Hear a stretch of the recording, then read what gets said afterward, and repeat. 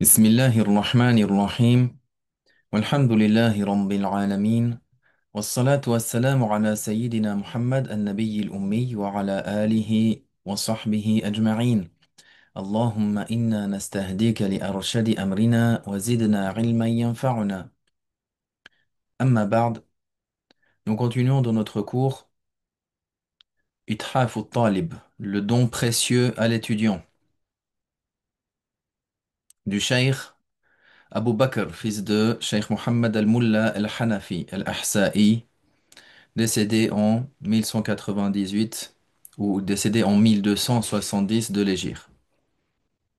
Nous sommes arrivés au chapitre de la purification. Après avoir commencé durant des derniers cours l'introduction du livre, puis l'introduction concernant la rectification des croyances, on commence maintenant le chapitre de la purification. L'auteur, qu'Allah lui fasse miséricorde, dit livre de la purification. En général, les auteurs de la jurisprudence commencent leur livre par la prière, par le chapitre de la prière. Et ils font précéder le chapitre de la prière, souvent, par le chapitre de la purification, parce que la purification, c'est la clé de la prière. Pour que la prière soit valide, il est indispensable que la purification soit également valide.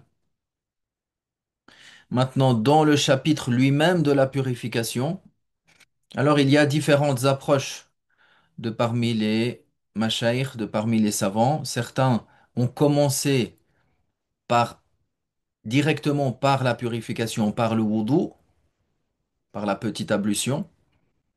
D'autres l'ont fait précéder le chapitre du wudu par les sortes d'eau, c'est-à-dire par quoi on peut faire la petite ablution. Donc le cheikh ici, le cheikh Abu Bakr, fils de cheikh Mohammed al-Mullah, il commence par les piliers de l'ablution. Donc, dans le livre de la purification, il commence par les piliers, qu'on appelle aussi devoirs, ce qu'on appelle fard, fara'idul wudu, les fards du wudu, les piliers ou les devoirs du wudu de l'ablution. Dans l'école hanafite, du point de vue des jugements, il y a le fard. Le fard, c'est l'obligation, c'est ce qui est obligatoire de manière catégorique, du point de vue des preuves. Celui qui délaisse un fard, son acte n'est pas valable. En dessous du fard, il y a ce qu'on appelle le wajib, ce qu'on peut traduire par l'obligation. Et l'obligation, le wajib, ne fait pas manquer la validité de l'acte. Mais celui qui le délaisse délibérément, il commet un péché et il y a des conséquences vis-à-vis de sa prière. Est-ce qu'il doit la refaire? Comment il la refait? Etc.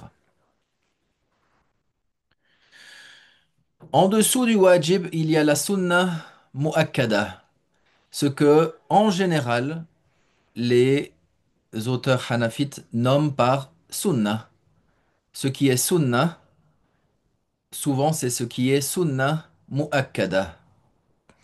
Une sunnah, une recommandation confirmée.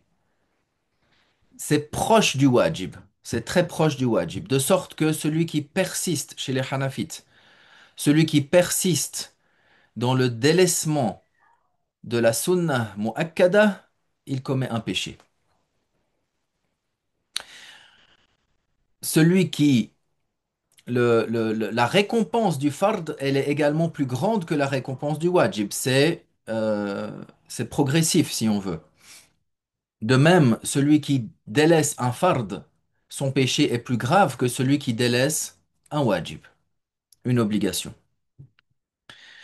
Et en dessous des actes sunnah mu'akkada, il y a le mustahab, ou qu'on appelle aussi adab, ce qu'on appelle les actes méritoires. Des actes recommandés, mais qui ne sont pas au même niveau que la sunna mu'akkada. La sunna mu'akkada, quand les juristes en parlent, ils le définissent comme étant la sunna que le prophète alayhi salatu wassalam, faisait continuellement et ne le délaissait que rarement. Tandis que la sunna qui n'est pas mu'akkada, c'est-à-dire quand on parle de mustahab ou bien de adab, c'est ce que le prophète a fait parfois et il délaissait aussi parfois. Après, en dessous de cela, il y a le mubah. Mubah, certains traduisent parfois par permis.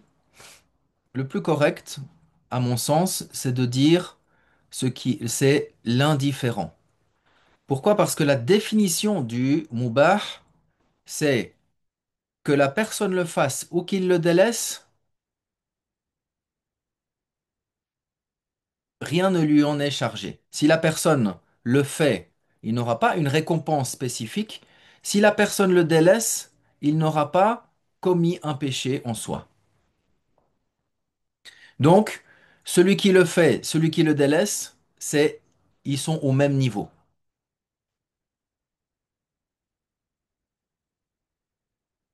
En dessous du mubah, il y a le makruh, ce qui est blâmable. Ce qui est blâmable est également en deux catégories. Ce qui est makruh tanzihan, un blâmable qui ne comporte pas de péché, et le makruh tahriman, le makruh qui est interdit, qui comporte un péché. Et en dessous de cela, il y a le haram. Toutes ces catégorisations dépendent de la preuve. Quand on dit un hadith, il est sahih. Oui, c'est une chose. Après, comment il est classifié, comment il est considéré chez les Hanafites, dans d'autres écoles, euh, il y a des détails dans le hadith, dans la terminologie du hadith, qui fait que ce hadith-là, par exemple, un type de hadith, les Hanafites vont le prendre en considération, et du point de vue de la preuve, pas du point de vue du fait qu'il est juste ou pas juste, et du point de vue de la mise en application de ce hadith. Alors que d'autres, comme les Shafi'iyya, ils ne vont pas le prendre comme preuve en tant que tel du point de vue des règles juridiques. Ce qui, entre autres, euh, est une raison dans lesquelles il y a parfois des divergences entre les différentes écoles.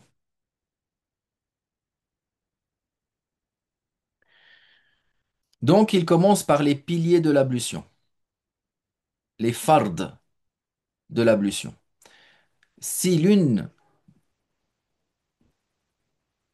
de ces fards est délaissé, le wudu n'est pas valable.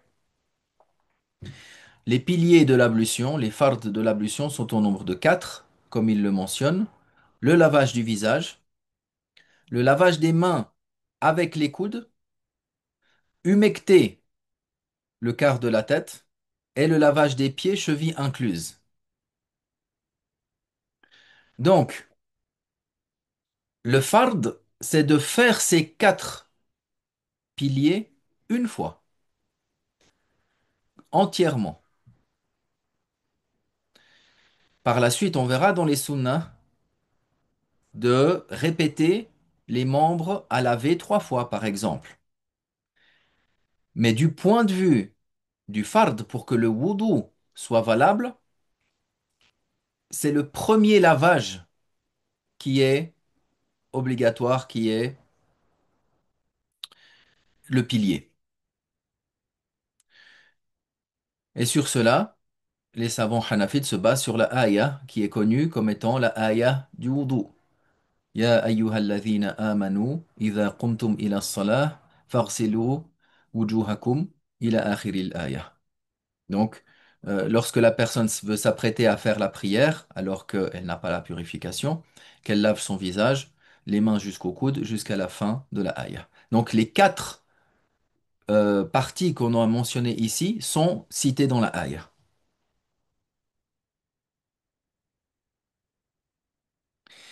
Les actes recommandés, c'est-à-dire ici on parle justement des sunnah mu'akkada. L'intention, an-niyya. Le prophète alayhi salatu wassalam a dit innamal a'malu bin niyyat. Certes, les actes sont selon l'intention. L'eau est est en soi pure et purifiante. Il n'y a pas besoin d'intention pour qu'elle purifie. Elle est en soi pure et purifiante. Mais, innamal a'malu bin niyyat, les Hanafites l'expliquent comme étant pour avoir la complétude du wudu, c'est-à-dire avoir les récompenses. C'est-à-dire que la personne, elle est un wudu qui est récompensé. L'intention, c'est le simple fait de se rendre présent dans le cœur ce que l'on fait, être conscient de ce que l'on est en train de faire. La personne entre dans la salle de bain, la personne prend l'eau pour laver son visage. La personne est concentrée. C'est très très rare que la personne n'ait jamais l'intention. Sauf si, par exemple, euh, la personne va au bord du lac, il se baigne, il ressort. Et après, il se dit, il faut que je fasse la prière. Je n'ai pas le wudu. Et puis il se rappelle, ah ben si, je viens de me baigner, je viens d'aller dans l'eau. Et tous mes membres à laver du wudu ont été lavés. Tous les piliers du wudu ont été faits. Donc le wudu est valable. Mais pour avoir la récompense, il est nécessaire d'avoir l'intention. Comme je disais, c'est dans de très rares cas que la personne ne va pas avoir l'intention. L'intention, c'est quelque chose qui est léger sur le cœur. Au point que si la personne qui est en train de faire le wudu, admettons, supposons que quelqu'un lui demande la question, qu'est-ce que tu es en train de faire? Spontanément, il va dire, je fais le wudu, logiquement. Il ne va pas se dire, ah oui, en fait, il faut que je fasse le wudu. J'allais laver mon visage, mais je ne sais pas pourquoi. Ça n'arrive pas. Le fait d'être concentré sur ce que l'on va faire. Citer le nom d'Allah, la tasmiyah. Plusieurs manières sont rapportées. Bismillah, walhamdulillah, par exemple.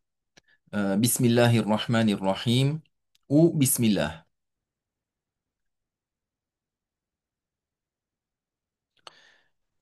Le lavage des mains jusqu'au poignet à 3 reprises.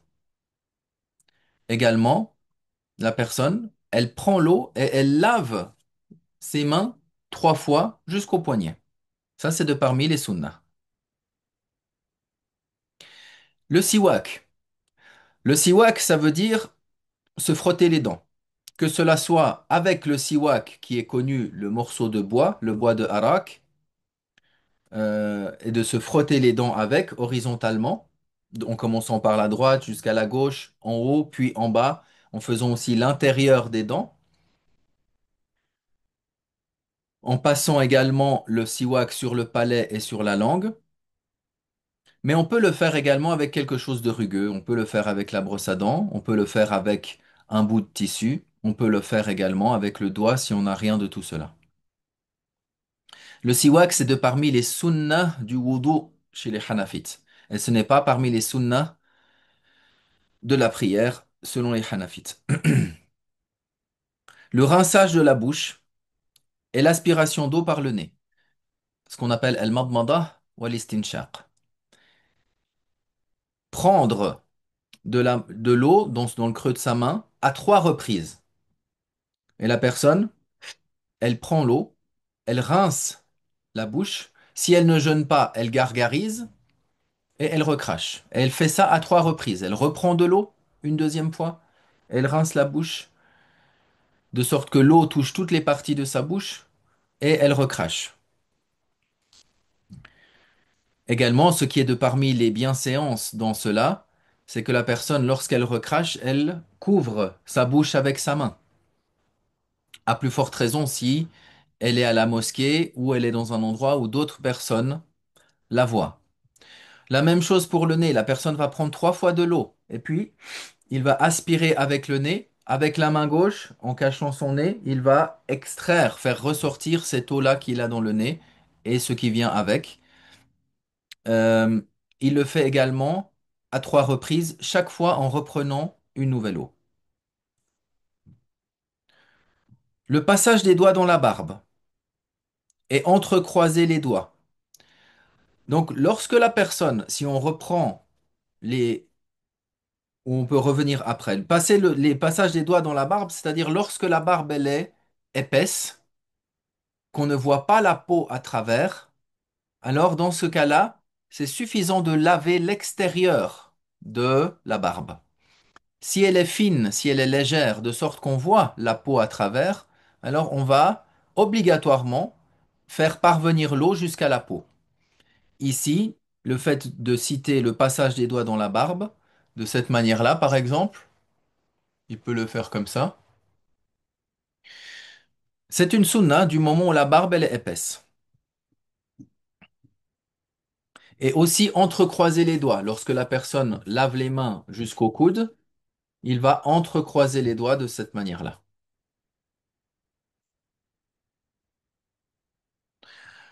Le fait de tripler le lavage, le fait de laver les membres c'est le fait ce qui doit être lavé est répété à 3 reprises.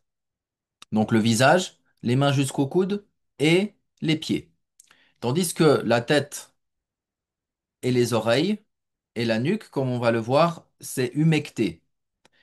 Humecté, c'est-à-dire on fait parvenir l'humidité. On humidifie ce qu'on appelle le mesah. Quand on parle, on va y revenir de l'humectage, on va y revenir.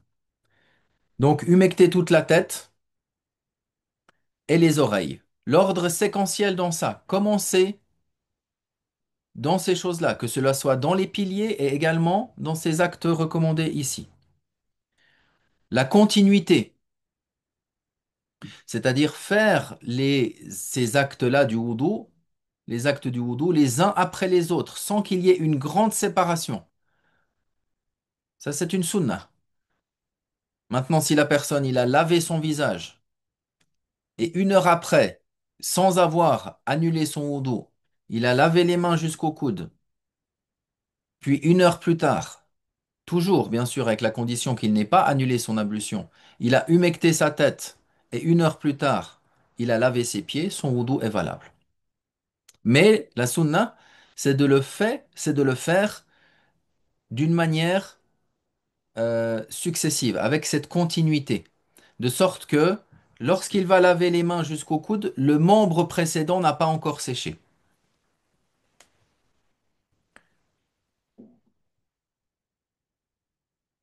Et passer la main, ce qu'on appelle ad-dalk.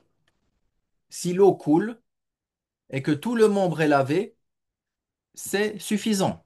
Mais passer la main sur tout le membre,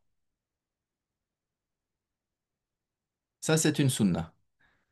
On évite de traduire cela par frotter. Euh, Surtout pour ceux dans l'école où c'est un pilier, comme chez les Malikiyas. Ça peut amener beaucoup de perturbations chez les gens. Si les gens se disent frotter, ils vont comprendre comme une friction. Et quand on dit frotter, c'est une friction, même si elle est très légère. Mais les gens vont le comprendre comme quelque chose une certaine friction. D'une part, ça peut nuire à la personne de trop frictionner. De plus, ça peut l'emmener vers des perturbations, vers des waswas. C'est pour ça que c'est important d'utiliser les bonbons. Si on reprend toutes ces choses-là, euh, citons encore les actes méritoires, les adab, commencer par la droite. Là, on parle de la main droite jusqu'au coude, puis la main gauche jusqu'au coude. Le visage se fait, on va pas faire d'abord le côté droit, puis ensuite le côté gauche. Non. Le visage se fait en une fois avec les 2 mains. On commence par la main droite jusqu'au coude, la main gauche jusqu'au coude, et on commence par le pied droit et ensuite le pied gauche. Humecter la nuque et les invocations rapportées à ce sujet. C'est-à-dire il y a certaines invocations qu'il est de parmi la bienséance, de parmi les adab, de réciter lorsqu'on lave le visage, lorsqu'on lave les mains, lorsqu'on rince la bouche, lorsqu'on rince le nez, lorsqu'on va laver le visage, etc. Donc si on reprend, la personne entre dans la salle de bain. Pourquoi elle entre dans la salle de bain? Pour faire le wudu. Elle a l'intention. Elle va dire en entrant dans la salle de bain Bismillah, ou bien elle peut le dire à voix basse lorsqu'elle lave ses mains. Elle prend de l'eau par 3 fois. Elle prend de l'eau à 3 reprises. Elle lave ses mains jusqu'au poignet. Ensuite, elle utilise le siwak. Elle utilise le siwak, comme on l'a montré, de droite à gauche, en haut, en bas. Et les parties intérieures des molaires et des dents. Ensuite, la personne, elle va rincer la bouche. Donc, faire le siwak se fait avant de rincer la bouche et se fait avant le lavage du visage. Parce que le siwak se fait à ce moment-là, si, pour éviter, dans le cas où il a un peu de sang qui coule des gencives, bien sûr, le siwak doit être frotté délicatement. Quand on utilise le siwak, on le fait d'une manière légère. La même chose quand la personne se brosse les dents. Il lui est demandé de se brosser les dents d'une manière douce, pas d'une manière trop agitée et vigoureuse. Donc la personne utilise le siwak, rince la bouche 3 fois, rince le nez 3 fois, comme on l'a mentionné, en prenant chaque fois de l'eau à chaque prise, puis il va laver le visage. Les limites du visage, si on revient donc pour euh, compléter un peu l'explication de cela, les limites du visage, de là où poussent les cheveux habituellement. Hein, si la personne il a perdu un peu des cheveux, il va s'arrêter à l'endroit où ses cheveux ont poussé. Quand il était jeune, ses cheveux poussaient ici. Par la suite, 20 ans plus tard, ses cheveux maintenant sont là ou sont plus loin. Il va commencer les limites de là où ses cheveux poussent habituellement. Il prend un peu d'eau et il va laver donc pour les limites du haut du visage jusqu'au menton, jusqu'au bas du menton. Le menton, c'est la jonction des deux os de la mâchoire et d'une oreille à l'autre en largeur. Donc toute cette zone-là, il va la laver. Pour le pilier, 1 fois. Pour la sunna, 3 fois. Il prend de l'eau pour la première prise.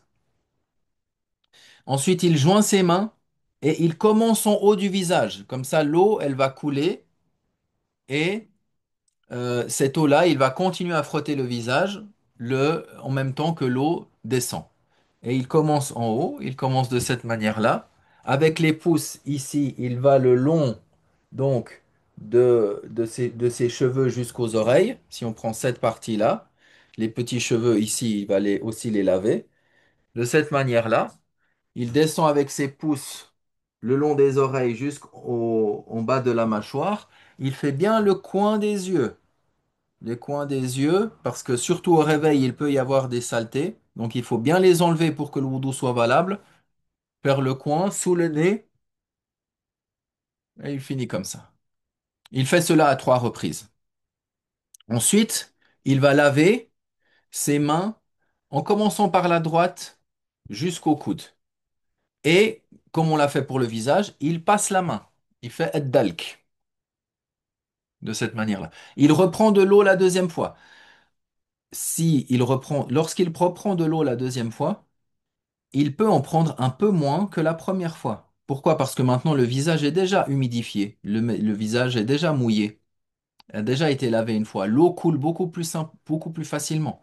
Il n'est pas nécessaire, ici du point de vue de la bienséance, il n'est pas nécessaire de reprendre exactement la même quantité d'eau. Tant que la personne utilise peu d'eau, il n'y a pas de problème. Il n'y a pas de problème. On ne parle pas ici que c'est obligatoire de faire cela, mais c'est du point de vue de la bonne manière. Il prend la deuxième fois un petit peu moins et il refait la même chose en lavant toute la partie entière. Puis, la troisième fois, il peut reprendre encore un petit peu moins parce que le visage encore a été lavé une deuxième fois, donc l'eau ne va pas avoir de difficulté à parvenir à tous les endroits à laver. Puis après, il va laver de la même manière. Il prend de l'eau et il va laver du bout de ses doigts jusqu'aux coudes et les coudes inclus. Donc il dépasse un peu des coudes. Il dépasse un peu des coudes et quand il passe la main une fois. La personne n'a pas besoin de...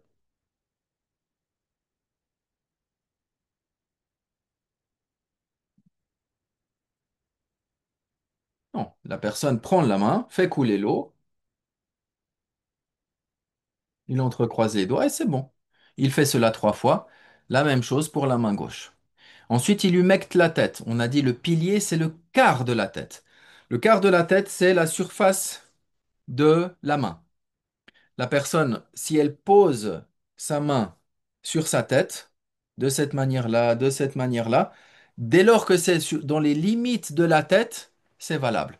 Les limites de la tête, de là où pousse le cuir chevelu, jusque derrière à l'occiput, cet os un peu protubérant que l'on a derrière la tête. Et pour la hauteur, c'est depuis les oreilles. Donc on peut facilement se représenter cela si on prend le chapeau, la qalansoa ou shashia selon les régions, et que l'on enfile comme ça.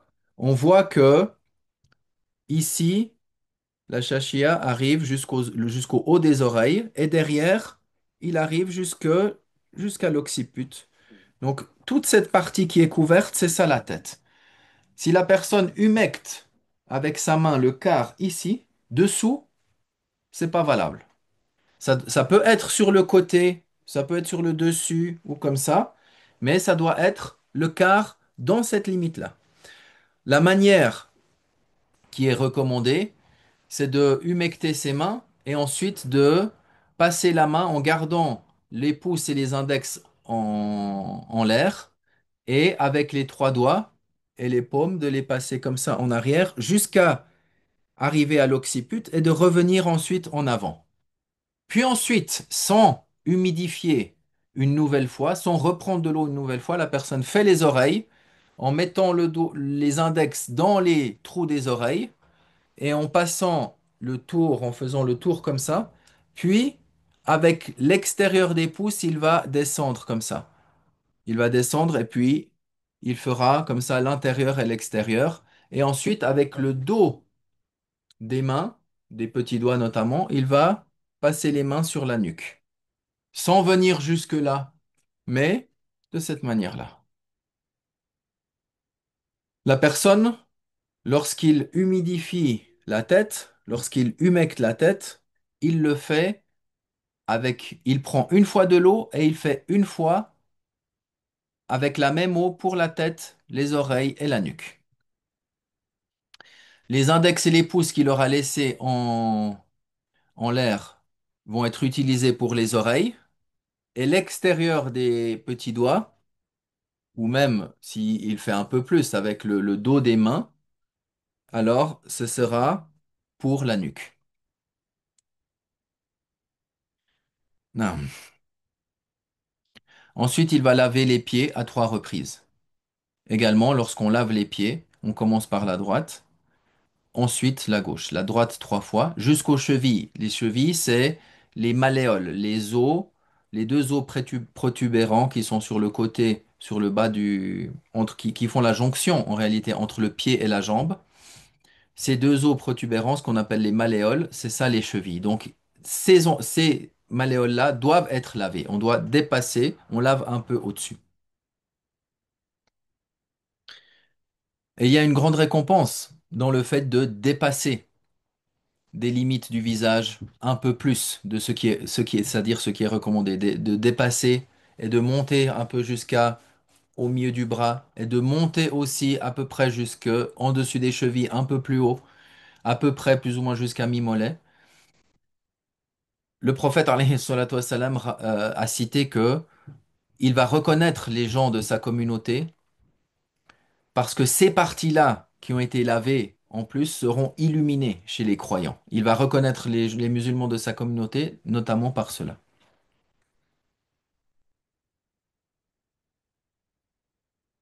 Également, on fait attention à utiliser peu d'eau. Lorsque la personne utilise de l'eau, même s'il utilise de l'eau du robinet, même s'il fait le wudu en prenant l'eau de la rivière, il va veiller, prendre soin à utiliser peu d'eau.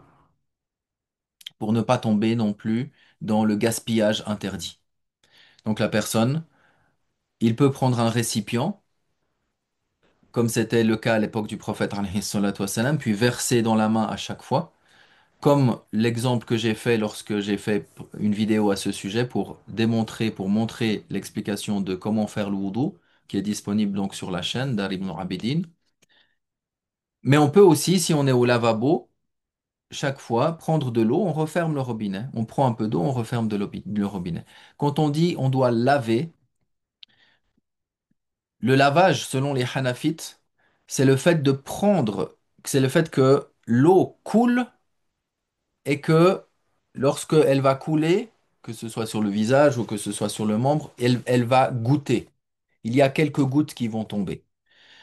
Bien sûr, c'est une définition, euh, euh, c'est du point de vue de la définition. Dans la réalité, la personne qui prend un petit peu d'eau dans le creux de la main, c'est considéré comme suffisant pour que cette eau-là, si la personne la lève, lève son bras, l'eau va couler, elle va goûter. La personne fait tout son possible pour utiliser peu d'eau et également pour faire toutes les sunnahs et tous les actes méritoires. Il lave 3 fois et il fait toutes les sunnahs, sauf dans 2 situations. C'est ce que j'enseigne à mes enfants, c'est qu'ils fassent, bien que je leur dis laver le visage, c'est obligatoire, c'est un pilier, mais rincer la bouche, c'est une sunna. Mais l'important, c'est de pourquoi la personne distingue de ces choses-là. C'est pas pour se limiter à faire les fards et puis à délaisser les sunnas. C'est pour que la personne, dans le cas où elle a peu d'eau, ou dans le cas où elle a plus beaucoup de temps pour faire la prière, elle se limite à faire le fard. C'est uniquement dans ces cas-là. La personne n'a pas assez d'eau, elle a uniquement la quantité pour faire les piliers. Alors elle fait les piliers. Si la personne se lève et il lui reste que quelques instants, que quelques minutes pour faire le wudu et la prière. Alors également ici, elle va faire le wudu d'une manière plus rapide. Donc il va se limiter à faire une seule fois les piliers pour qu'il puisse directement entrer dans la prière et terminer sa prière avant le lever du soleil. Ça, c'est des choses qui sont très importantes, qu'il est également dans la bienséance important d'apprendre pour nous-mêmes, pour notre application, c'est ce qui est prioritaire, et ensuite également pour les gens qui nous entourent, notamment pour ceux qui ont des enfants. Nous continuons dans le prochain cours dans les actes qui annulent la petite ablution. Walhamdulillah, wa sallallahu wa sallam ala sayyidina Muhammad wa ala alihi wa sahbihi ajma'in.